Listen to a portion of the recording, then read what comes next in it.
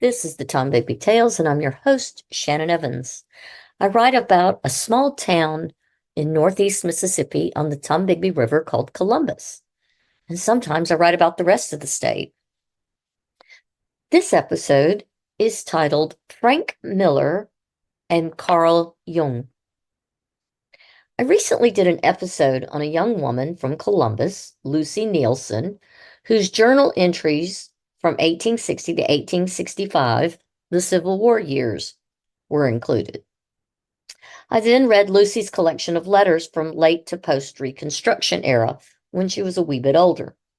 Those letters provide insights into the life of a modest newlywed navigating into adulthood post-Civil War.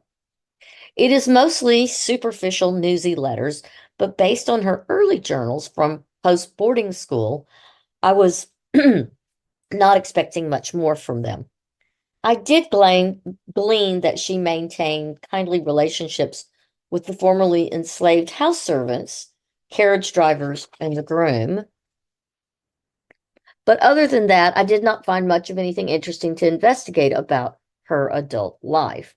I had decided to see if I could find out what happened to her brother's wife, Harriet. Now, if you'll remember, that was the socialite who left Lucy and Harriet's daughter in Georgia because Harriet was afraid she'd get cut off from home and stuck behind enemy lines, and I'm sure she felt she'd miss out on some of her shopping adventures.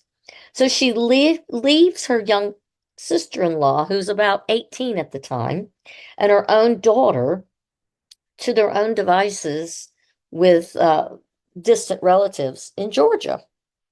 Harriet, while selfish and a horrible mother, actually sounded more interesting to investigate. Unfortunately, Harriet died in 1865, but her daughter Bessie, whose full name was Elizabeth Parthenia Irion Miller, was more interesting. She married Frank Miller in Lucy Neilson's home in Columbus, Mississippi. Frank Miller was from a fairly well-to-do Mobile, Alabama banking family.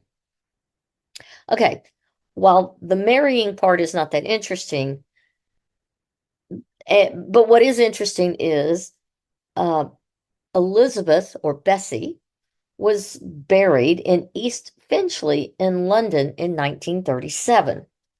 Bessie had married Frank in 1876, and they had two daughters, Frank Miller and Harriet Hayden Miller.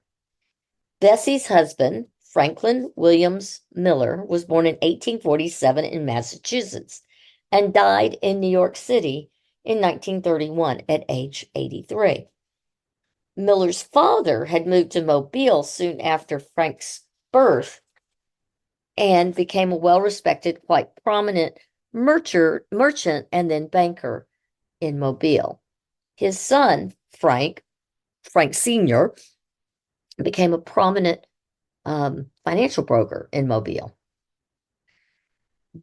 Frank Sr.'s wife, Bessie, at some point moves to London after his death to live with her daughter, Harriet, and her husband, the Reverend Henry Dexter. She dies there of a heart attack and was buried at St. Pancras Cemetery in East Finchley near King's Cross in central London. End of a boring story? Well, not exactly. I began looking into the life of Bessie's children, starting with daughter Harriet. Harriet was born in Mobile in February of 1882. In 1927, we find her, age 45, listed on the manifest of the ship American Skipper. American Shipper, with a New York City address listing as having departed London. Harriet does not really show up again until her mother's death certificate in London. However, we do know, based on some of her mother's paperwork, that Harriet, along with her sister Frank, I'm going to call her Frank Jr., and they traveled extensively abroad and studied abroad.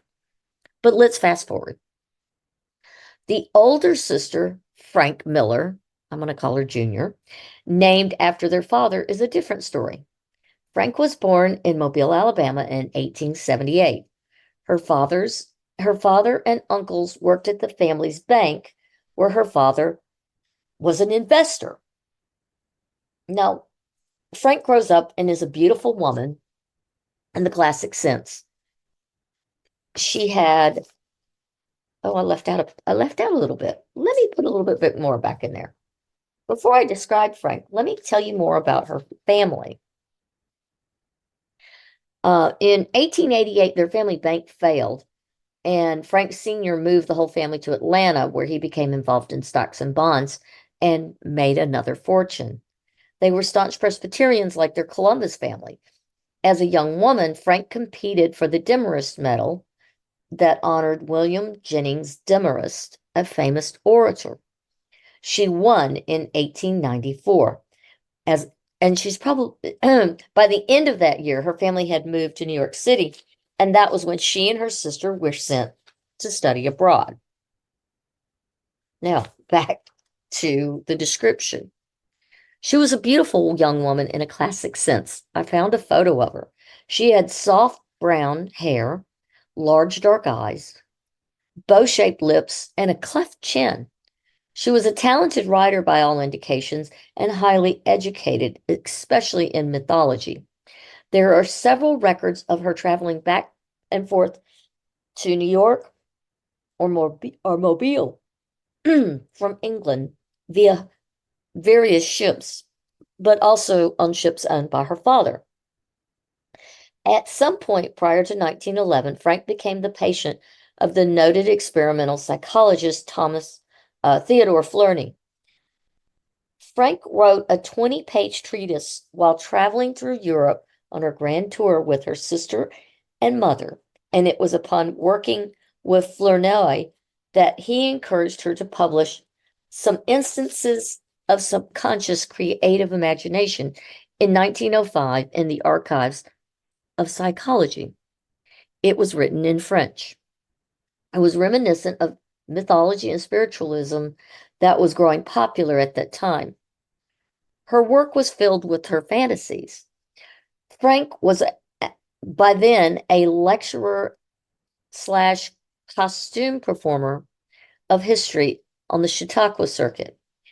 In 1908, at age 30, Frank would be admitted into Danvers Hospital, a mental asylum in the rural area north of Boston.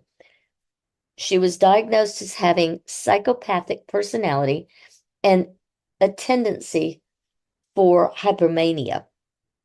She was discharged in 1905, and at that time she moved to Austin, Texas, and enrolled in the University of Texas, where she joined a local chapter of the DAR, the Daughters of the American Revolution. Then we don't find her again until about 1920, when her sister married and moved to England, where they would both spend the rest of their lives. And Frank would move there and die in 1927 in the Horton Mental Hospital. She is interred in their cemetery. So what does Frank have to do with Jung? Jung was given her 20-page Fantasy Symbols of Transformation article by another psychotherapist, and it became the unifying piece he needed to finally craft transformations and symbols of the libido as one of his most significant works. It was the piece he needed to write in order to break away from Freud. It was his rewriting of the Oedipal story to broaden the term libido that her work was the catalyst and the influence that he needed to solidify those notes and ideas into that solid theoretical underpinning, and it would also become the underpinning of his future work. All of this from the great niece of a Columbus resident. I want to thank you for coming on my tour of the Tombigbee Tales and hearing yet another fanciful piece of history about Columbus and some of its people, even if they did move to Mobile. Thank you again, and until next time.